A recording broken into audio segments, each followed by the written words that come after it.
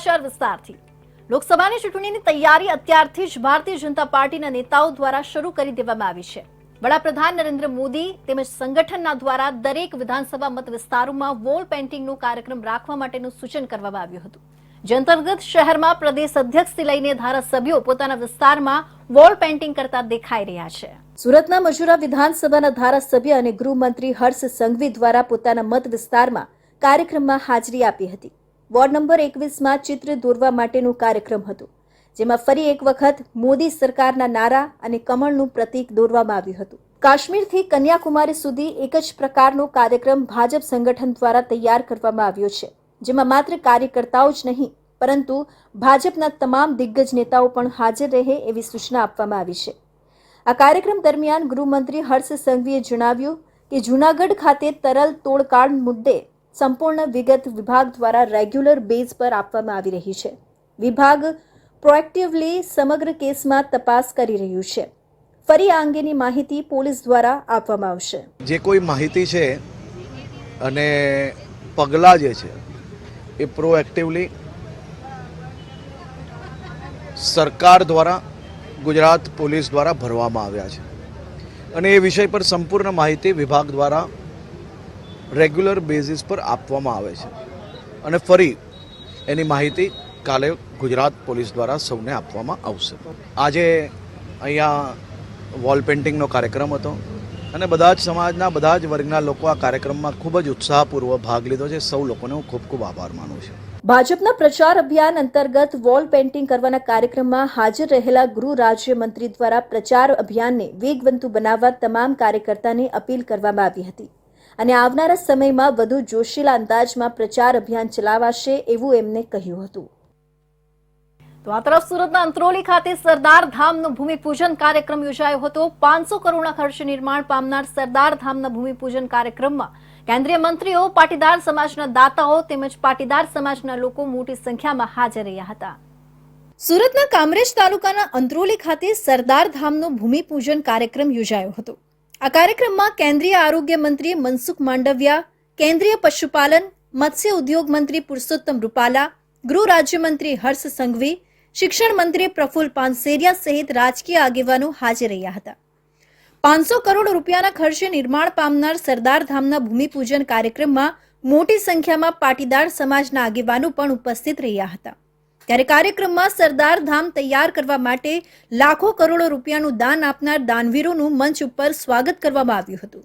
એ દક્ષિણ ગુજરાત નહીં, સમગ્ર ગુજરાતની અંદર એક સામાજિક ક્રાંતિ અંતર્ગત એવો મેસેજ જવાનો છે કે હવે બિનજરૂરી ખર્ચાઓ, રૂઢિરિવાજો, અંધશ્રદ્ધામાંથી બચત કરીને 10 વર્ષ પાટીદાર સમાજ ફક્ત એક નહીં સર્વ સમાજ 10 વર્ષ યુવા શક્તિમાં રોકાણ કરશે તો સમાજની તકદીર, તસવીર અને તાસીર બદલાશે એવી શ્રદ્ધા અને આશા વ્યક્ત કરું છું। સમગ્ર ગુજરાતના સર્વ સમાજના બંધુ ભગીનીઓને આપ સૌ રાષ્ટ્રવાદી મીડિયાના માધ્યમથી અપીલ કરું છું કે આવો આપણે સાથે મળીને એક ભારત શ્રેષ્ઠ ભારતનું નિર્માણ કરીએ અને સરદાર વલ્લભભાઈના વિચાર સાથે સમાજને, સર્વ સમાજને સક્ષમ, સબળ, સમૃદ્ધ, સ્વાવલંબી અને તંદુરસ્ત ભારતનું નિર્માણ કરીએ। કામરેજના અંત્રોલી ગામની સીમમાં 31 વીઘા જેટલી વિશાળ જગ્યામાં તૈયાર થનાર સરદાર ધામમાં તમામ આધુનિક શૈક્ષણિક સુવિધાઓ ઊભી કરવામાં આવશે।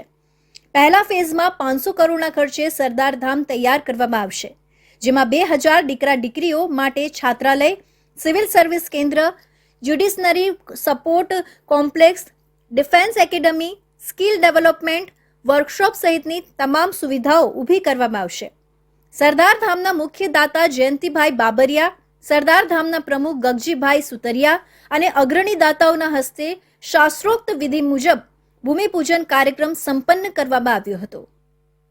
ભરૂચ જિલ્લામાં લોકસભા ચૂંટણીનો જંગ અત્યારથી ચરમસીમાએ પહોંચ્યો છે। રાજકીય પક્ષના દાવેદારો અને ઉમેદવાર ચૂંટણીની જાહેરાત પહેલા જ ગ્રાઉન્ડ પર ઉતરીને પોતાની તરફેણના માહોલ ઊભું કરીને કવાયતમાં લાગી ગયા છે।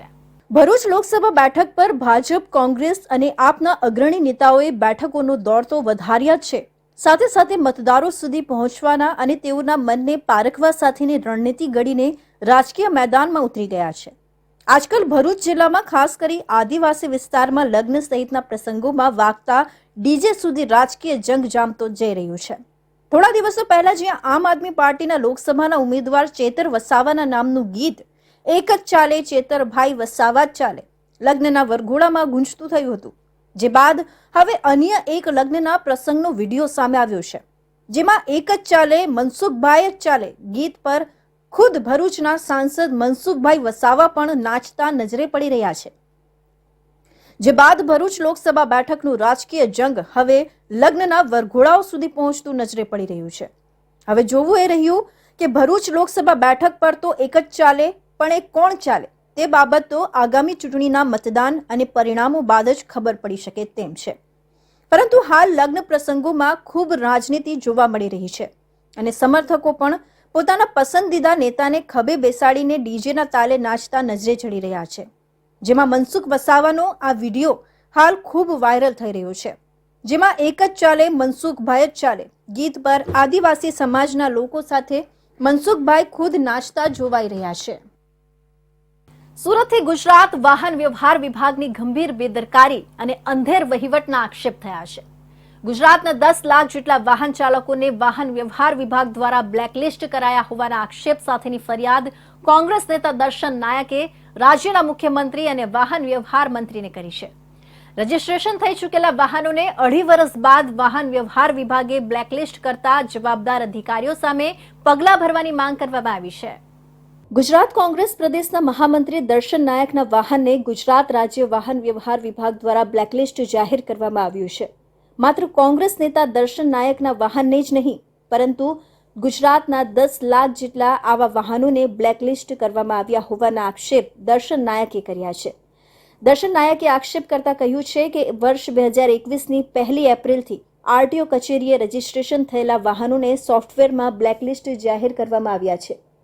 માત્ર 240 રૂપિયા જેટલી નજીવી રકમ બાકી હોવાનું સોફ્ટવેરમાં જણાવી આવા વાહનોને બ્લેકલિસ્ટ કરવામાં આવ્યા છે, જેમાં મોટા ભાગના વાહનો ચાલકોને તો ખ્યાલ પણ નથી કે તેઓના વાહનોને બ્લેકલિસ્ટ કરવામાં આવ્યા છે. મારા પોતાના વાહનને બ્લેકલિસ્ટ કરવાની સાથે અન્ય વાહન ચાલકોના વાહનોને પણ બ્લેકલિસ્ટ કર્યાની ફરિયાદ મારી સમક્ષ આવી છે, જે વાહન વ્યવહાર વિભાગની ગંભીર બેદરકારી છતી થાય છે. કેન્દ્રના વાહન વ્યવહાર વિભાગનો જે પરિપત્ર છે તે વર્ષ 2021 પછીનો છે, જેમાં રજીસ્ટ્રેશન ફીમાં સુધારો વધારો કરવામાં આવ્યો હતો, પરંતુ તેનું અમલીકરણ કરવામાં ગુજરાત રાજ્ય વાહન વ્યવહાર વિભાગ, તેના અધિકારીઓ તેમજ વાહન વ્યવહાર મંત્રી નિષ્ફળ સાબિત થયા છે, અથવા તો ધ્યાન આપવામાં આવ્યું નથી, જે ગંભીર બેદરકારીના કારણે ગુજરાતના 10 લાખ વાહન ચાલકોએ હાલાકી ભોગવવાનો વારો આવ્યો છે. આજે પણ મોટા ભાગના વાહન ચાલકોને તે અંગેની જાણકારી નથી કે તેઓના વાહનો બ્લેકલિસ્ટ કરવામાં આવ્યા છે. આટલી ગંભીર બેદરકારી હોવા છતાં અધિકારીઓ સામે તપાસ કરાવવા તેમજ કાર્યવાહી કરવાના બદલે સરકાર દોષનો ટોપલો વાહન ચાલકો પર થોપી રહી છે. 1 એપ્રિલ 2021 પછી જે ગુજરાતના 10 લાખ વાહનો જે રજીસ્ટ્રેશન કરવામાં આવ્યા અને રજીસ્ટ્રેશન થયા પછી એ વાહન ચાલકોના નામે એ વાહનો થયા હતા અને એમાં જે પરિપત્રનું અમલીકરણ કરવાનું એ ગુજરાત સરકારના વાહન વિભાગની ગંભીર બેદરકારીના કારણે ન થતા મારું પોતાનું વાહન સહિત સામાજિક રીતે સંકળાયેલા, રાજકીય રીતે સંકળાયેલા, બૌદ્ધિક રીતે સંકળાયેલા 10 લાખ વાહન ચાલકોને નજીવી 240 રૂપિયાની રકમ રજીસ્ટ્રેશનની બાકી હોવાનું કરીને બ્લેકલિસ્ટ કરવાનું કામ આ ભારતીય જનતા પાર્ટીની સરકારના વાહન વ્યવહાર વિભાગ દ્વારા કરવામાં આવ્યું છે. 2.5 વર્ષ બાદ વાહન વ્યવહાર વિભાગને બ્રહ્મ જ્ઞાન થયું અને વાહન ચાલકોને બ્લેકલિસ્ટ કરી પ્રતિષ્ઠિત વ્યક્તિઓની શાખને હાનિ પહોંચાડવાનું કાર્ય અધિકારીઓ દ્વારા કરવામાં આવ્યું છે. જે વાહનોને બ્લેકલિસ્ટ કરાયા છે તેઓને નોટિસ સુદ્ધા પાઠવવામાં આવી નથી. સૌથી ગંભીર બાબત તો એ બનીને સામે આવી છે કે જો વાહનનું અકસ્માત થાય, વાહન ટ્રાન્સફર કરાવવું હોય અથવા તો અકસ્માતના સમયે કોઈ વ્યક્તિ મૃત્યુ પામે તો જવાબદાર કોણ, તેવા પ્રશ્નો ચોક્કસથી ઉઠી રહ્યા છે. સરકાર સમક્ષ અધિકારીઓ સામે પગલાં ભરવામાં ન આવ્યા તે પણ એક સવાલ છે. માત્ર વાહનોને બ્લેકલિસ્ટ કરી સમસ્યાનું સમાધાન લાવવાથી કોઈ ઉકેલ આવતો નથી. 2.5 વર્ષ બાદ સરકાર અને વિભાગને બ્રહ્મ જ્ઞાન થયું તે બદલ હું અભિનંદન પાઠવું છું, પરંતુ જે 10 લાખ વાહન ચાલકોને મુશ્કેલીનો સામનો કરવો પડ્યો છે તેના માટે જવાબદાર અધિકારીઓ સામે પગલાં ભરાવવા જોઈએ તેવી લોકોની અને તમામ બ્લેકલિસ્ટ કરાયેલા વાહન ચાલકોની માંગ છે. એસજીઆઈ હોસ્પિટલ અને સોમિત ગ્રુપ દ્વારા આંખોની સંભાળ માટે જાગૃતિ અભિયાનનો શુભારંભ કરવામાં આવ્યો છે, જેમાં સોમિત ગ્રુપના મેનેજિંગ ડિરેક્ટર કેતન ઝવેરી અને SGI હોસ્પિટલના ડોક્ટરોએ આ અભિયાનની શરૂઆત કરીને 1 મહિનો સુધી આ અભિયાન ચલાવવાની જાહેરાત કરી છે. આંખોની સંભાળ રાખવા માટે એક મહાઅભિયાનની શરૂઆત કરવામાં આવી છે. વર્ષ દરમિયાન હોસ્પિટલની ટીમ વિભિન્ન સરકારી, અર્ધ સરકારી વિભાગો, કોર્પોરેટ ઓફિસો અને ગામડાઓમાં જઈ કાર્યક્રમોના આયોજન થકી લોકોને જાગૃત કરશે. અભિયાન અંતર્ગત SGI હોસ્પિટલની ટીમ વિવિધ સરકારી, અર્ધ સરકારી વિભાગો, કોર્પોરેટ ઓફિસો, હાઉસિંગ સોસાયટીઓ અને ગામડાઓમાં જઈ નેત્ર તપાસ શિબિર અને સેમિનારના માધ્યમથી લોકોને જાગૃત કરશે. આંખોની બીમારીઓના નિદાન અને શ્રેષ્ઠ સારવાર માટે દેશભરમાં જાણીતી હોસ્પિટલ એટલે કે ASGI હોસ્પિટલ અને સુરતનું જાણીતું ઔદ્યોગિક ગ્રુપ સોમિત ગ્રુપ દ્વારા સામાજિક જવાબદારીના ભાગરૂપે આંખોની બીમારીથી બચવા અને આંખોની સાર સંભાળ રાખવા માટે લોકોને જાગૃત કરવાનું અભિયાન શરૂ કર્યું છે. સોમિત ગ્રુપના મેનેજિંગ ડિરેક્ટર કેતન ઝવેરીના હસ્તે આ અભિયાનની શરૂઆત થઈ છે. આ પ્રસંગે SGI હોસ્પિટલના ડોક્ટર મિલાપ વાઘેલા, ડોક્ટર રાઘવ રબાની, ડોક્ટર સૌરભ શાહ અને ડોક્ટર શૈલેન પટેલ ઉપસ્થિત રહ્યા હતા. નેત્ર જાગૃતિ અભિયાન અંગે માહિતી આપતા SGI હોસ્પિટલના મેનેજમેન્ટ દ્વારા જણાવવામાં આવ્યું હતું કે અભિયાનનો ઉદ્દેશ્ય વર્ષ 2024માં 20,000 લોકોને નેત્ર સંબંધિત બીમારીઓ જેમ કે ડાયાબિટીઝ, રેટિનોપેથી, કીકીના રોગ, ગ્લુકોમા, મોતિયાબિંદુ અંગે જાગૃત કરવાનો છે. SGI હોસ્પિટલ નેત્ર ચિકિત્સા માટે દેશભરમાં જાણીતું નામ છે. દેશભરમાં 170 હોસ્પિટલ ધરાવે છે, જ્યાં નેત્ર સંબંધિત બીમારીઓનું નિદાન અને ઉપચાર કરવામાં આવે છે. છેલ્લા 5 વર્ષથી SGI હોસ્પિટલ સુરત ખાતે પણ સેવા આપી રહી છે. સોમિત ગ્રુપ એ સુરતનું એક મોટું અને જાણીતી ઔદ્યોગિક ગ્રુપ છે, જેની સ્થાપના 1963માં થઈ હતી. SGI હોસ્પિટલ અને સોમિત ગ્રુપ દ્વારા 4 ફેબ્રુઆરીથી નેત્ર જાગૃતિ અભિયાનની શરૂઆત કરવામાં આવી છે અને આ અભિયાન સમગ્ર વર્ષ દરમિયાન ચાલશે. આ અભિયાન અંતર્ગત SGI હોસ્પિટલ અને સોમિત ગ્રુપ દ્વારા નેત્ર જાગૃતિ માટેના અલગ અલગ કાર્યક્રમોનું આયોજન કરવામાં આવશે. To start a campaign જેમાં અમે eye awareness throughout Surat and later on throughout India we will take care કે લોકોને જાગૃત કરવા માટે કે આંખમાં કયા કયા પ્રોબ્લેમ્સ હોય છે અને ટુ પ્રિવેન્ટ અવોઇડેબલ બ્લાઇન્ડનેસ. સો ઇન્ડિયામાં આપણે જોવા મળ્યું છે કે ઘણા બધા એવા આંખના પ્રોબ્લેમ્સ છે જે સાચે ટાઈમે આઈધર ઓપરેશનથી અથવા ખાલી ટ્રીટમેન્ટથી ઓર ઇવન કોઈક વાર ખાલી ચશ્માથી વી કેન અવોઇડ બ્લાઇન્ડનેસ એટલે એમને અંધાપો થતા અટકી શકાય છે. તો એના માટે જાગૃતતા લાવવા માટે આજ વી હેવ જોઈન્ટ હેન્ડ્સ અને આ એક ફાર ફેચેડ ગોલ છે કે એટલીસ્ટ આ વર્ષમાં બને એટલું આઈ અવેરનેસ કેમ્પ કરી અને લોકોને જાગૃત કરાવવાનું કે રાઈટ ટાઈમે આંખની ચેકઅપ થઈ જાય, આંખની સારવાર થાય અને એમની આંખ બચી જાય. ખાસ કરીને સરકારી, અર્ધ સરકારી વિભાગો, કોર્પોરેટ ઓફિસો, શાળા કોલેજો, ઔદ્યોગિક ગૃહો, NGO અને ગામડાઓમાં જઈને કાર્યક્રમોના આયોજન થકી લોકોને આંખોની બીમારી અને આવી બીમારીઓથી બચવા માટેના ઉપાયો બાબતે જાગૃત કરવામાં આવશે. તો હવે BNI ગ્રેટર સુરત દ્વારા આયોજિત BNI બિઝનેસ કોન્ક્લેવ 2024ની દબદબાભેર શરૂઆત થઈ છે. સરસાણા સ્થિત કન્વેન્શન સેન્ટર ખાતે આમંત્રિત મુખ્ય મહેમાનોના હસ્તે બિઝનેસ કોન્ક્લેવની શરૂઆત થઈ હતી. કીનોટ સ્પીકર તરીકે બોલિવૂડ અભિનેતા બમન ઈરાની ઉપસ્થિત રહ્યા હતા અને તેમને પ્રેરક ઉદ્બોધન કર્યું હતું. સુરત ખાતે બોલિવૂડના અભિનેતા બમન ઈરાનીની હાજરીમાં બિઝનેસ કોન્ક્લેવનું આયોજન કરાયું હતું. બમન ઈરાનીએ સફળતા માટે ટિપ્સ આ કોન્ક્લેવમાં હાજર સૌ કોઈને આપ્યા હતા. સરસાણા સ્થિત કન્વેન્શન સેન્ટર ખાતે આયોજિત આ conclave business conclave steam house India limited દ્વારા પ્રસ્તુત અને એવેમી હર્બલ પ્રાઇવેટ લિમિટેડ દ્વારા સંચાલિત છે. કોન્ક્લેવ દરમિયાન દિવસભર વિવિધ બિઝનેસ મીટ, અન્ય માસ્ટર ક્લાસ યોજાઈ હતી, જેમાં વિવિધ ક્ષેત્રના નિષ્ણાંત ઉદ્યોગપતિઓએ પોતાના અનુભવ રજૂ કરવા સાથે સફળ બિઝનેસ માટેનું માર્ગદર્શન પૂરું પાડ્યું હતું. વ્યાપાર અર્થતંત્રમાં વૃદ્ધિને આગળ ધપાવવાની પ્રતિબદ્ધતા સાથે BNI ગ્રેટર સુરતે ઉદ્યોગ વૃદ્ધિ અને સકારાત્મક પરિવર્તન માટે પ્રભાવશાળી પ્લેટફોર્મ્સ બનાવવાની તેની પ્રતિબદ્ધતા દર્શાવી હતી. આ કોન્ક્લેવનો ઉદ્દેશ્ય ટેક્સટાઇલ અને ટ્રાવેલ સેક્ટરના ઉદ્યોગ સાહસિકો માટે સહયોગ કરવા, વિચારોનું આદાન પ્રદાન કરવા અને વ્યવસાયની નવી તકો શોધવા માટે ગતિશીલ જગ્યા બનાવવાનો હતો. सो ये जो इवेंट है ये इवेंट एंटरप्रेन्योर्स का इवेंट है, BNI सूरत का इवेंट है और हम हर साल करते हैं. ये सातवीं बार हमने ये इवेंट को किया है और BNI की जो कम्युनिटी है वो करीबन 2200 लोगों की कम्युनिटी हो गई है BNI सूरत में. और हम लोगों ने पिछले 7 सालों के अंदर 9000 करोड़ रुपए से ज़्यादा का व्यापार किया है. तो उसी को सेलिब्रेट करने के लिए हम ये इवेंट करते हैं और उसके अलावा सूरत की एंटरप्रेन्योरशिप को सेलिब्रेट करने के लिए ये इवेंट करते हैं. હર વર્ષે BNI તરફથી BNI બિઝનેસ કોન્ક્લેવ કરવામાં આવે છે. આ અમારું 7મું એડિશન છે અને હર વર્ષે હું સ્ટોલ લગાવું છું. છેલ્લા 3 વર્ષથી મને ઘણો ફાયદો થયો છે સ્ટોલ રાખવાથી, એટલે મેં પાછો આજે સ્ટોલ લગાવ્યો છે.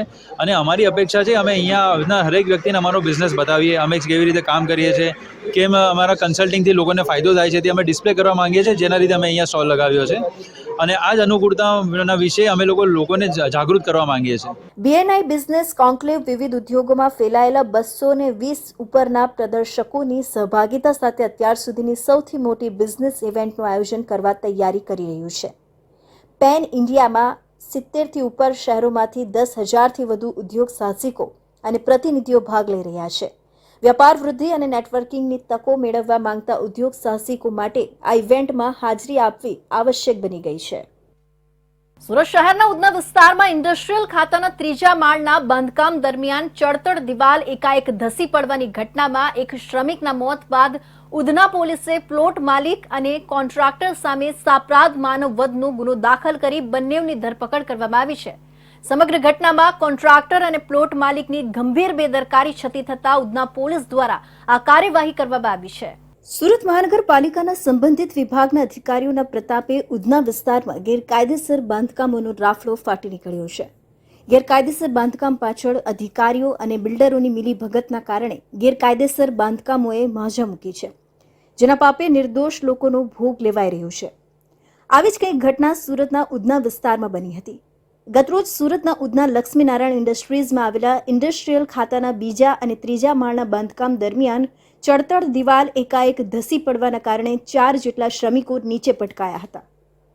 જે ઘટનામાં ચંદુ સંગાળા નામના શ્રમિકનું કરુણ મોત નીપજ્યું હતું, જ્યારે 3 જેટલા શ્રમિકો ગંભીર રીતે ઇજાગ્રસ્ત થતા 108ની મદદથી સારવાર અર્થે સુરત નવી સિવિલ હોસ્પિટલ ખાતે ખસેડવામાં આવ્યા હતા. આ સમગ્ર ઘટના CCTV કેમેરામાં પણ કેદ થઈ હતી, જે CCTV ફૂટેજમાં પણ ચડતર દિવાલ સાથે ધડાકાભેર સાથે નીચે પટકાયેલા શ્રમિકો કેદ થયા હતા. આ સમગ્ર ઘટના અંગે ઉધના પોલીસે ઇજાગ્રસ્તો પૈકીના એકની ફરિયાદ લઈ તપાસ શરૂ કરી હતી. ઉધના પોલીસની પ્રાથમિક તપાસમાં કોન્ટ્રાક્ટર નિલેશ પરમાર દ્વારા આ સંપૂર્ણ બાંધકામ કરવામાં આવી રહ્યું હતું. એટલું જ નહીં, પરંતુ પ્લોટ માલિક ભૂપેન્દ્ર સોલંકી દ્વારા બાંધકામ અંગેનો કોન્ટ્રાક્ટ નિલેશ પરમારને આપવામાં આવ્યો હતો. ચાલુ બાંધકામ દરમિયાન કામ કરતા શ્રમિકોની કોઈ પણ સુરક્ષા વિના કામ લેવામાં આવી રહ્યું હતું. એટલું જ નહીં, પરંતુ લેબર લોના અધિનિયમોનું પણ અહીં કોઈ પણ પ્રકારે પાલન કરવામાં આવ્યું ન હતું. પોલીસની પ્રાથમિક તપાસમાં કોન્ટ્રાક્ટર અને પ્લોટ માલિકની ગંભીર બેદરકારી છતી થતા સાપરાધ માનવ વધનો ગુનો દાખલ કરવામાં આવ્યો હતો. સ્લેબ પડી જતા 4 મજૂરોને ઇન્જરી થઈ હતી, જેમાંથી એકને ફેટલ ઇન્જરી થતા એ મજૂરનું મૃત્યુ થયું હતું. જે અનુસંધાને ઉધના પોલીસ દ્વારા 304નો ગુનો નોંધવામાં આવેલો હતો. આ બનાવમાં તત્કાલ જ્યારે 2 લોકો ઇન્જર થયા હતા, એ લોકોને તત્કાલ હોસ્પિટલ પહોંચાડવામાં આવ્યા હતા. ત્યારે 2 લોકોને ત્યાં સ્થળ ઉપર જ બચાવી લેવામાં આવ્યા હતા, જેમાં ફાયર વિભાગની ટીમે આવીને એ બંનેને રેસ્ક્યુ કર્યા હતા. ઉપરાંત સ્થાનિક પોલીસ પણ તરત પહોંચી ગઈ હતી. મેડિકલ ટીમ પણ બોલાવી લેવામાં આવી હતી અને જે લોકો ઇન્જર હતા એ લોકોને તત્કાલ પ્રાથમિક સારવાર પણ ત્યાં આપવામાં આવી હતી. આ બનાવ અનુસંધાને જે ગુનો દાખલ કરવામાં આવ્યો છે, આ ગુનામાં હાલ ઉધના પોલીસ દ્વારા કોન્ટ્રાક્ટર નિલેશ પરમાર અને પ્લોટ માલિક ભૂપેન્દ્ર સોલંકીની ધરપકડ કરી આગળની તપાસ હાથ ધરવામાં આવી છે. બીજી તરફ પોલીસની તપાસમાં એવી હકીકત પણ સામે આવી છે કે પ્લોટ માલિક ભૂપેન્દ્ર સોલંકીને 1 મહિના અગાઉ સુરત મહાનગરપાલિકા દ્વારા ગેરકાયદેસર બાંધકામ અંગે નોટિસ પણ પાઠવવામાં આવી હતી, પરંતુ તેમ છતાં આ ગેરકાયદેસર બાંધકામ ચાલુ રાખવામાં આવ્યું હતું. ઉપરાંત ભૂપેન્દ્ર સોલંકી દ્વારા માત્ર ગ્રાઉન્ડ પ્લસ 1 માળના બાંધકામની પરવાનગી મેળવવામાં આવી હતી, જેની સામે નિયમો વિરુદ્ધ જઈ આ બાંધકામ થોપી બેસાડવામાં આવ્યું હતું, જેના કારણે આ દુર્ઘટનામાં નિર્દોષ શ્રમિકનો ભોગ લેવાયો હતો. સુરતના ડિંડોલી વિસ્તારમાં રહેતી મહિલાના પરિવાર પર જીવલેણ હુમલો કરવાની ઘટના પ્રકાશમાં આવી છે, જેમાં બુટલેગર દ્વારા નજીવી બાબતે હુમલો કરીને જાનથી મારી નાખવાની ધમકી અપાઈ હોવા છતાં પોલીસ દ્વારા હજી સુધી કોઈ પગલાં ભરાયા નથી. સુરત શહેરમાં આવેલા ડિંડોલી વિસ્તારમાં પરિવાર પર જીવલેણ હુમલો થવાની ઘટના સામે આવી છે.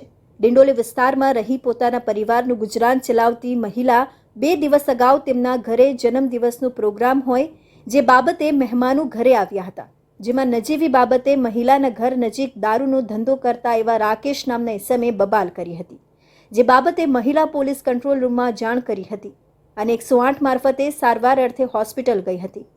સુરતની સિવિલ હોસ્પિટલમાં સારવાર લીધા બાદ મહિલા પોતાના ઘરે પરત ફરી હતી.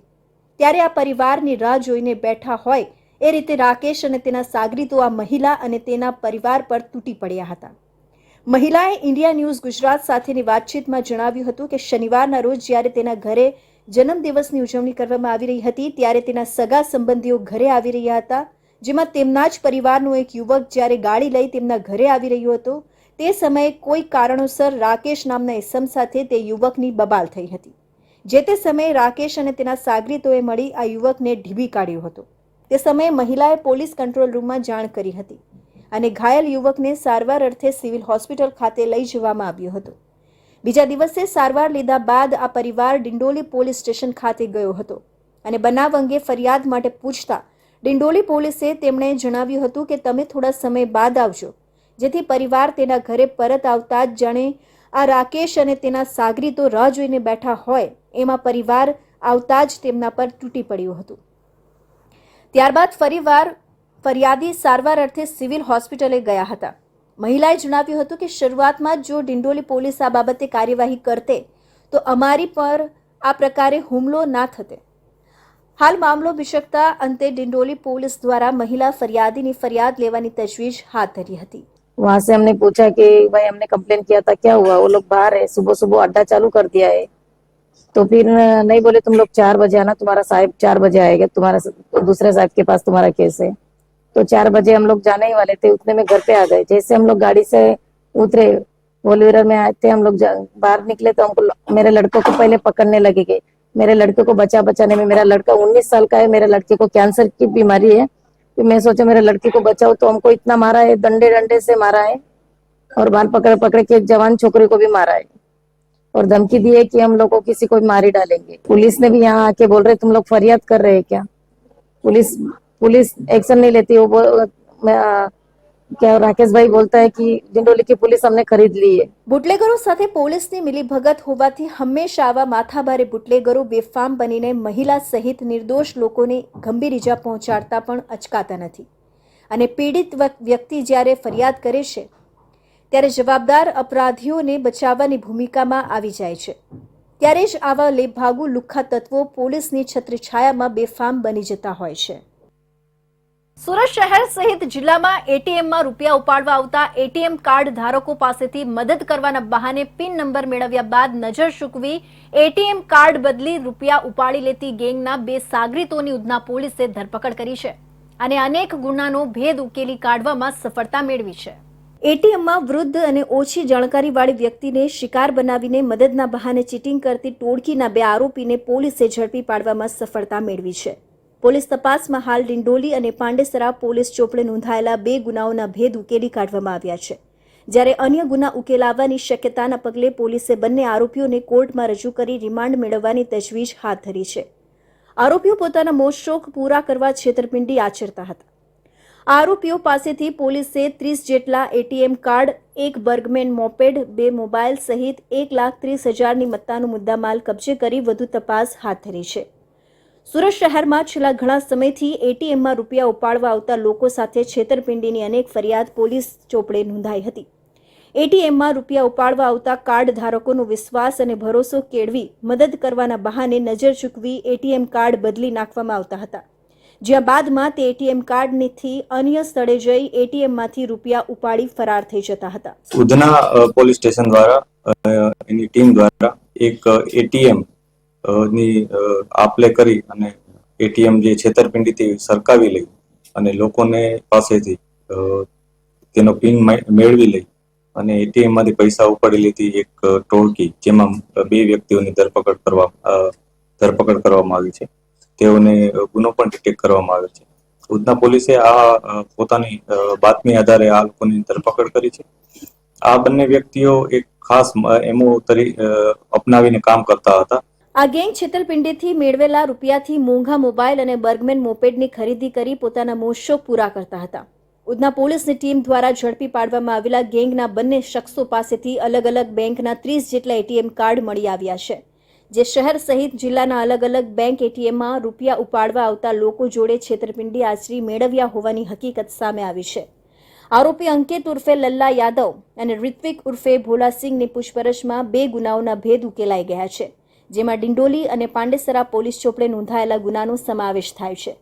પોતાના મોજશોખ પૂરા કરવા આરોપીઓ દ્વારા સુરતના ઉધના, ડિંડોલી, પાંડેસરા, પલસાણા સહિતના જિલ્લાઓમાં પણ આ પ્રકારે અનેક ગુના આચરી ચૂક્યા છે, જે ગુનાઓના ભેદ પણ ઉકેલાવાની શક્યતા રહેલી છે. તો આ હતા સુરત બુલેટિનના મહત્વના સમાચાર. ફરી મળીશું અને નવા સમાચાર સાથે. ત્યાં સુધી જોતા રહો ઇન્ડિયા ન્યૂઝ ગુજરાત.